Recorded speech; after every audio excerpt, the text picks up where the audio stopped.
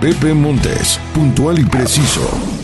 No, gracias por continuar con nosotros. Le voy a pedir a Cristian que nos ponga un fondito musical que ya tenemos preparado y que además nuestro invitado del día de hoy nos lo envió justamente para poder tener esta entrevista. Se los dejo tantito para que puedan apreciar y ahorita les digo por qué el fondito musical.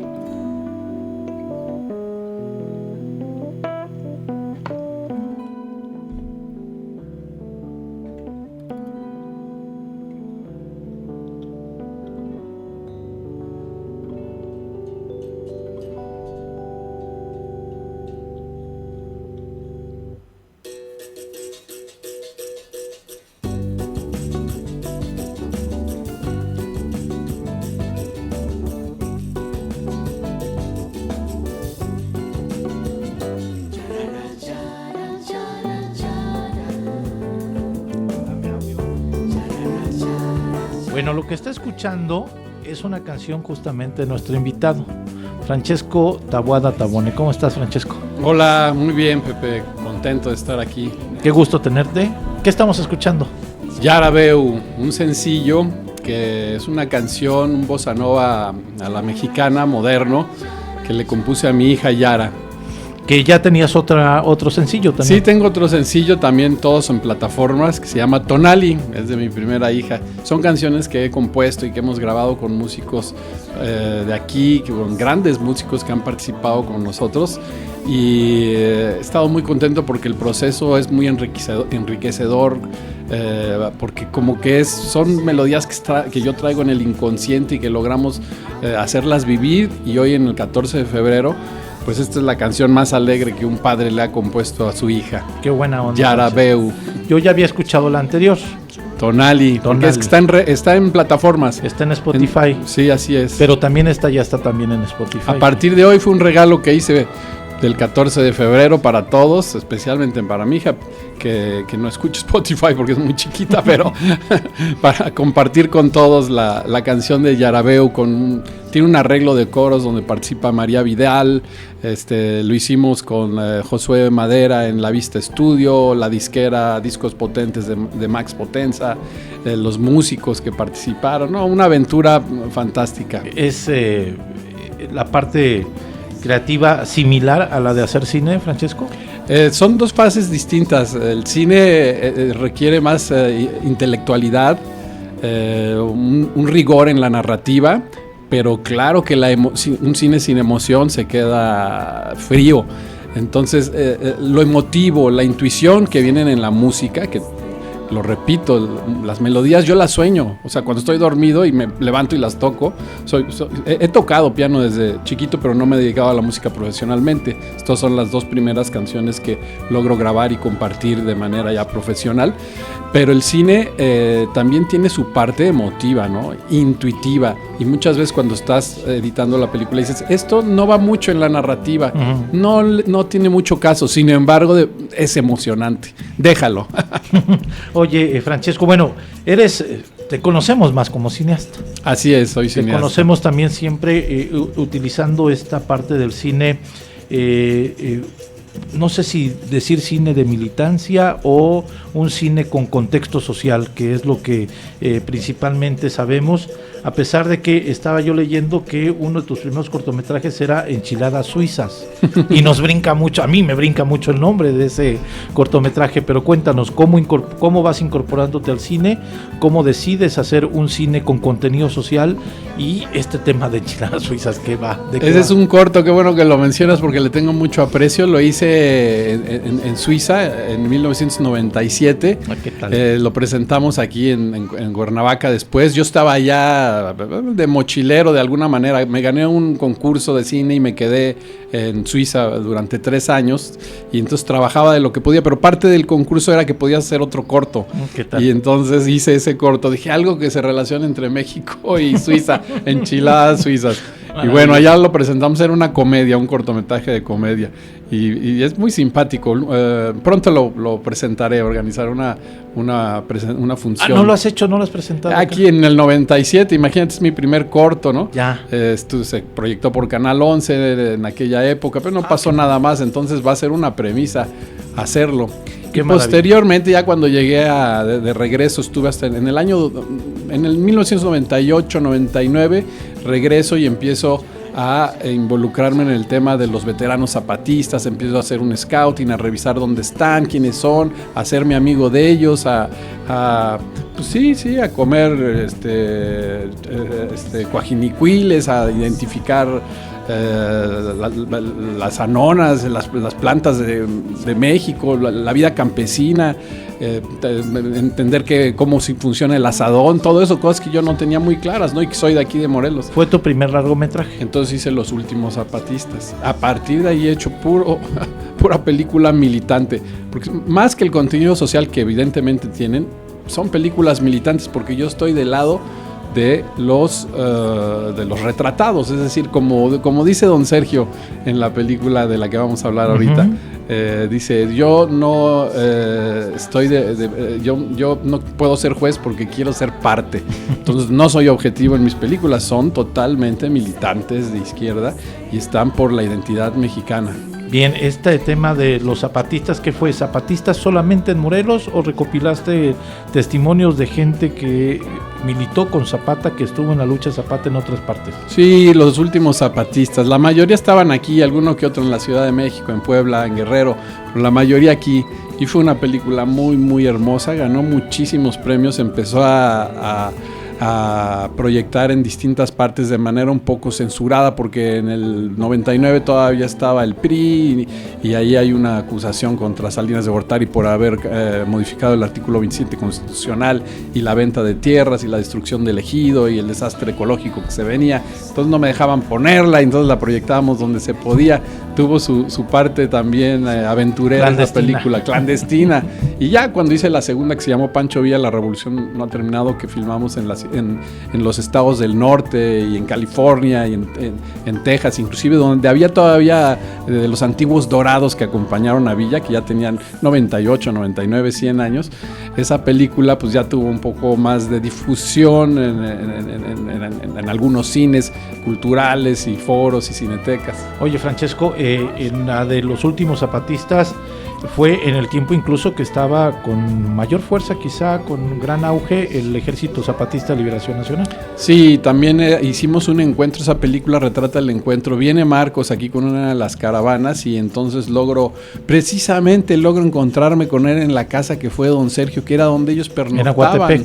En Ocotepec, que no era de don Sergio, que ahí le daban un cuartito, ¿no? Las monjas, y ahí pernoctó el ZLN, y ahí lo encuentro y le digo, oye, es que hice una película y te quiero presentar a estos viejos veteranos, ¿no? Y me dice, pero claro que sí, y traigo a don Matías Cruz Arellano del municipio de Emiliano Zapata, que vivía dentro de la hacienda de ese municipio, muy interesante. Entonces lo saluda y se dan un abrazo, y Felipe Ramos, otro veterano, entonces él dice, esta delegación de muchachos que vienen con nosotros se van a Jojutla a recorrer los lugares con estos viejos zapatistas, y todo eso lo filmamos y es parte de la película. Yo no estuve en la presencia de ese momento de la filmación, debe haber sido maravilloso y muy emotivo. Pues claro, porque el EZ estaba hasta arriba en ese momento, era una esperanza de cambio para México. Sí, pero sí estuvimos en la parte de acompañar el recibimiento antes de los delegados, ¿no? La consulta de los derechos indígenas y desde luego también la llegada de Marcos acá.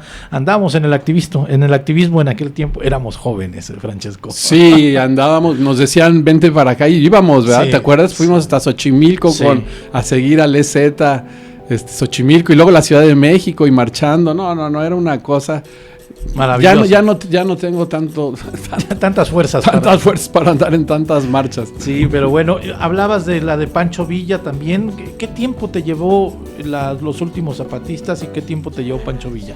Sí, Los Zapatistas empecé en el 98 y se estrenó en el año 2000, ¿no? Desde el 99 ya empezamos a hacer unas funciones, es decir, 3 años, un poquito menos, y la de Pancho Villa la estrené en el 2006, me llevó unos 4 años hacer esa película porque era en el norte y etcétera, era difícil pues la movilidad.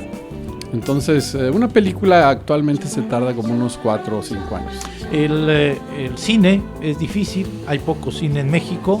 pero además cine de contenido me imagino que es más difícil financiar, Francesco. Sí, bueno, mira, te corrijo, hay mucho cine en México. Bueno. Sí se está haciendo mucho cine, pero esto es algo nuevo, es un fenómeno nuevo. No se hacía suficiente cine, estábamos bajos en la producción de cine en comparación con Brasil, con Argentina, que son los países con los que nos podemos comparar en Latinoamérica, ¿no? Que tienen una producción importante. Pero en los últimos años, las políticas de apoyo al cine han logrado que se hagan más películas. No que todas sean de calidad, pero sí se están haciendo más películas, sobre todo de cine documental. Cada vez más jóvenes están entrando en la dinámica de poder recuperar sus propias historias y trasladarlas al lenguaje cinematográfico. Pero yo siempre he encontrado trabas, censura, problemas para proyectar, distribuir.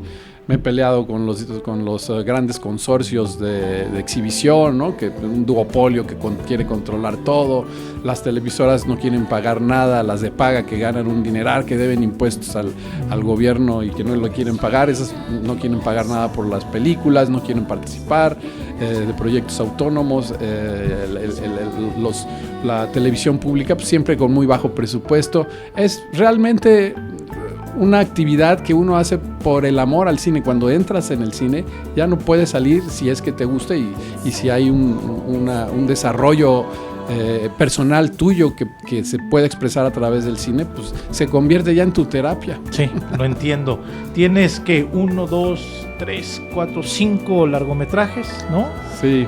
Otro de los 13 pueblos, algo significativo de Morelos, la de Tintán, que es un ícono de la cultura de nuestro país, Maguey, otra de ellas. Pero vamos a hacer una pausa y vamos a volver para hablar de esta presentación que tuviste en el Centro Cultural Teopanzolco, aquí enfrente de donde estamos transmitiendo, en este documental también, largometraje de don Sergio Méndez Arceo, El Obispo Rojo. Vamos a hacer una pausa, no se vayan, regresamos y les voy a poner la otra rolita. La de Tonali, la primera que conocimos ya hace unos meses, ¿no? Un año ya, fíjate. Sí, el 14 de febrero del 2020. Estamos aquí transmitiendo una entrevista con Francesco Taboada Tabone, cineasta, músico también, todo un personaje, Francesco, y nos da mucho gusto tenerlo aquí. Bueno, lo que vamos a escuchar ahorita que podamos tenerla va a ser la primera rola de hace un año. Aviéntala de una vez. Tonali, de Francesco Taboada, desde luego. Aquí estamos haciendo algunos experimentos para poderla escuchar. Estamos hablando con Francesco Taboada en este 14 de febrero.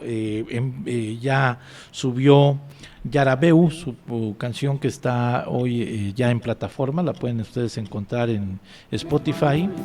Y la primera rola fue esta, Tonali, hace un año.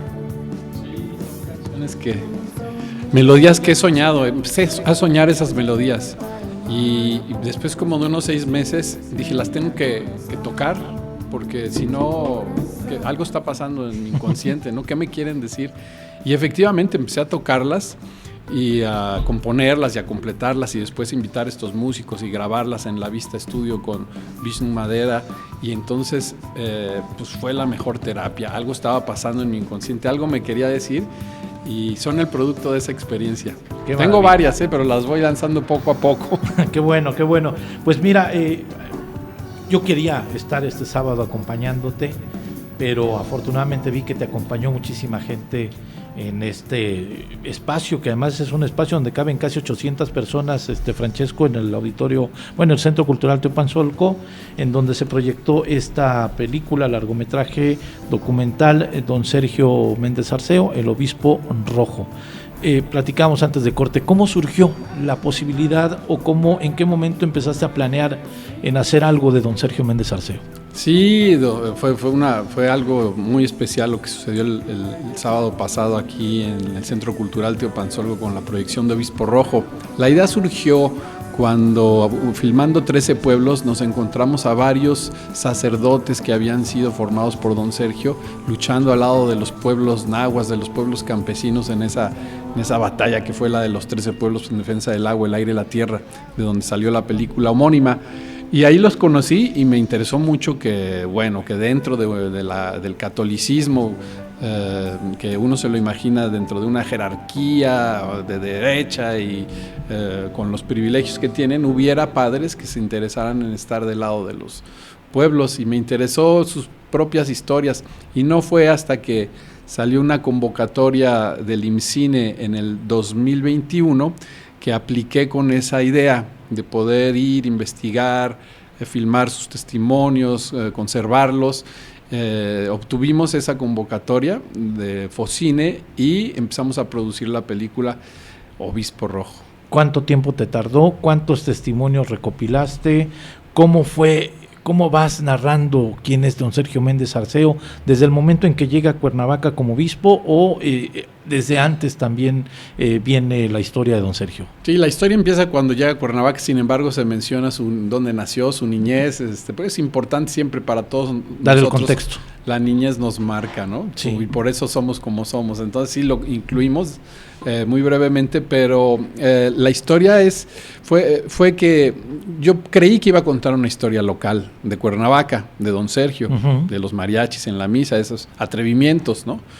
Pero no, cuando fuimos investigando resulta que don Sergio tenía esparcidos sus tentáculos en Cuba, era amigo de Fidel, era amigo de Salvador Allende, fue el artífice para recibir a los exiliados políticos del golpe en Chile, recibió exiliados políticos de Argentina, lo vemos caminando junto a las madres en la Plaza de Mayo, junto al premio Nobel Adolfo Pérez Esquivel, quien también participa en la película, lo vemos junto a Leonardo Boff en las reuniones de la Teología de la Liberación, lo vemos recibiendo a Iván Illich, que venía expulsado de Puerto Rico, después expulsado del Brasil, que venía expulsado también de su natal Austria, y aquí lo recibe don Sergio para hacer el CIDOC, el Centro Intercultural de Investigaciones. Lo vemos en el Vaticano junto al Papa Juan XXIII. Vemos después que Ratzinger y Juan Pablo II lo persiguen. Don Sergio de pronto está como vocero del gobierno sandinista en Nicaragua, lo vemos apoyando a la guerrilla del Salvador, lo vemos apoyando a los guerrilleros indígenas quichés de Guatemala, recibiéndolos aquí en el exilio, lo vemos intercambiando cartas de nuevo con Fidel Castro, con el general Lázaro Cárdenas. Lo vemos fundando el PRD, lo vemos hablando de que la Iglesia y el Estado no deben de mezclarse. Lo vemos en todos lados. Un referente internacional. Internacional. La diócesis de Cuernavaca sí lo fue. En las luchas sociales. En las luchas sociales, en las luchas de liberación. Lo vemos con los haitianos, lo vemos con las luchas de liberación africanas. A la hora que me puse a revisar el archivo fue algo impresionante, o sea, conseguimos cosas en Francia, en Alemania, en Cuba, hicimos un acuerdo con los cubanos para proyectar la película ya a cambio de los archivos, archivos en Brasil, archivos en Nicaragua, impresionante todo lo que había de don Sergio. ¿Quién te ayuda a hilar la historia? ¿Quién te ayuda a construirla? ¿O es solamente tú? Estuve 2 años editando. Y entonces, prueba y error, cómo va, esto falta, esto no se entiende, qué vale la pena incluir, cómo podemos contar su historia, incluyendo a todos. Entonces, fue muy claro que no es la historia de un personaje, sino que es una historia colectiva en la que tú, Pepe Montes, que estuviste con el padre Baltasar eres parte de la película, sí, de esa historia. Yo, chiquito, como muchos otros que fuimos a las misas de mariachi con don Sergio, ¿no? Nuestras primeras comuniones, los que estuvieron en las comunidades eclesiales de base. Entonces se vuelve un coro de personas que es el personaje colectivo que cuenta la historia de don Sergio, que sirve de referencia para contar nuestra propia historia. Entonces tomo esta estructura inventada por Sergei Eisenstein, el gran cineasta soviético que hizo El acorazado Potemkin precisamente, está cumpliendo 100 años, y tomo este personaje colectivo que va a contar la historia de Sergio Méndez Arceo, Iván Illich et al. Oye, y recibir a toda la gente que llegó al Centro Cultural Teopanzolco, digo, para no hablar más del documental, que lo vayamos a ver, ojalá haya más presentaciones, ya nos dirás, pero ¿qué vibra sentiste este sábado pasado, Francesco? Yo creo fue un parteaguas cultural en Cuernavaca, no esperábamos tanta gente, estaba lleno a más no poder el lugar, y se creó una atmósfera espiritualmente contundente y trascendental. Debo decir que cuando empecé a hacer esta película, yo he sido marxista y de izquierda y pues con bastante desconfianza de la iglesia, ¿no? Obviamente. Y de pronto empecé a hacer esta película y a los 4 años pasé por un periodo muy difícil personalmente, familiarmente, cuando estaba haciendo yo la película. Entonces, el tema de don Sergio, escuchar los testimonios, escuchar sus homilías para ver porque hay partes donde él mismo va narrando su propia historia, donde da contundentes declaraciones, y entonces me va transformando a mí mismo en mi fe, y terminé siendo un católico progresista. ¿Qué tal? ¡Qué maravilla! Me transformé. Fue evangelizadora para ti entonces después de difunto, don Sergio me evangelizó. ¿Qué tal? Mira, qué alcance tiene, ¿no? Don Sergio Méndez Arceo. Y me imagino que las añoranzas de la gente que fue, es justamente porque desde la izquierda incluso, Francesco, creo que ya no hay líderes que tengan estos alcances en nuestro país, en nuestro propio estado de Morelos. Ha habido, yo noto que ha habido como que se ha caído el activismo o se ha caído esta necesidad o posibilidad de generar movimientos sociales, de generar conciencia de nuestro entorno inmediato. Pues ese día se vio que don Sergio es un líder todavía. Esa presentación, por eso digo, hago esta introducción, porque yo siento que vi la mano de don Sergio ahí, porque sucedió algo que no puedo ni siquiera describir, que todavía los que estuvimos ahí siguen enviando mensajes, me siguen hablando, más que felicitaciones me están comentando qué es lo que la película produjo en ellos. Y eso fue algo especial. O sea, la película tiene obviamente su poder. Es una película que dura 3 horas y 16 minutos. La gente se mantuvo en sus sillas 3 horas con 16 minutos y todavía se dio el tiempo de ver todos los créditos y aplaudir durante 6 minutos de pie. Entonces, qué maravilla. Para mí fue obviamente como creador muy emocionante, porque me di cuenta que la película sí transmite, sí empatiza con el público, que es lo que más deseamos. Y por el otro lado, eso que ocurrió ahí, que al final todos estábamos impresionados de lo que don Sergio a través de la película volvió a causar en nosotros, y muchos de ellos eran jóvenes de nuevas generaciones, mis alumnos, hijos de compañeros, etcétera, gente también que también no era de Cuernavaca, gente que por primera vez que venía a ver esto, que se estaba enterando por primera vez, y fueron tocados por esa narrativa, la película tiene 3 formas de entenderse, ¿no? Que es la narración es histórica, estamos ante una historia. También es evidentemente política y de entretenimiento, pero tiene una dimensión espiritual que se va recalcando todo el tiempo en la película, con aportes de Leonardo Boff, este ecoteólogo, creador de la teología de la liberación, o con Enrique Dussel, ¿no? que es uno de los grandes anticolonialistas, decolonialistas, que participan en la película, las aportaciones de los padres que estuvieron con don Sergio. Entonces la película sí tiene esta dinámica espiritual, y lo que sucedió ahí pues fue inenarrable. Entonces estoy muy contento, porque a mí me dio también la pauta para saber cómo se comporta la película con el público. Claro. No hay fechas todavía para poder saber en dónde o cuándo podremos buscarla y para poder acompañarte para ver El Obispo Rojo. El Obispo Rojo es una película que por su tema militante, por su duración, no es una película fácil de colocar. Entonces tenemos un distribuidor que es Alphaville, vamos a tratar, entramos a la convocatoria en cine para distribución, estamos esperando resultados, pero lo más seguro es que julio, agosto, septiembre la película salga en salas de arte y cinetecas del país, y después buscar la forma de colocarlo en alguna plataforma.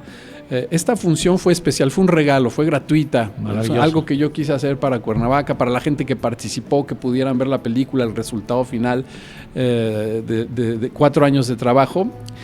Pero también en el auditorio ha tenido tantos mensajes de que cuándo se va a volver a pasar, que a lo mejor hacemos una función por ahí muy pronto y avisaremos. Convenceremos a la nueva directora, ¿no? Claro que no, bueno, ya está convencida, el que me tengo que convencer soy yo para poder proyectar. Hay muchos que nos quedamos con ganas de verla, exacto, Francesco. Y vale la pena verla, a pesar de que se estrenará después. Y yo creo que mucha gente que fue la va a querer volver a ver, porque en tantos mensajes pues se te va de pronto alguno, entonces lo quieres pescar y mucha gente yo creo que la va a recomendar. Te aprecio mucho que hayas estado aquí conmigo, Francesco, el día de hoy. Te agradezco muchísimo que te des el tiempo de venir y pues vamos a darle seguimiento a lo que vayas siguiendo, haciendo, compartiéndonos la música desde luego y esta experiencia que pues iniciará ya el Obispo Rojo, esperando que se pueda proyectar en los diferentes salas de cine de arte. Muchísimas gracias, Pepe, por este tiempo que me das, por esta franca conversación y fue un placer platicar cómo fue el génesis y desarrollo de Obispo Rojo con tus radioescuchas. Bueno, un gusto verte siempre, Francesco Taboada Tabone, cineasta, músico. Ya les compartimos la música que la puede usted encontrar en Spotify y desde luego, ¿hay alguna plataforma en donde estén tus otras películas? Sí, están en la plataforma del IMCINE, que es nuestro Cine MX. Ok, y te podemos buscar ahí con Francesco. Sí, con mi nombre Francesco Taboada Tabone y están subiéndolas poco a poco todas mis películas. Ahorita me parece que hay 2 ahí. En nuestro Cine MX se pueden encontrar mis películas. Bien, perfecto. Gracias, Francesco. Pepe Montes, puntual y preciso.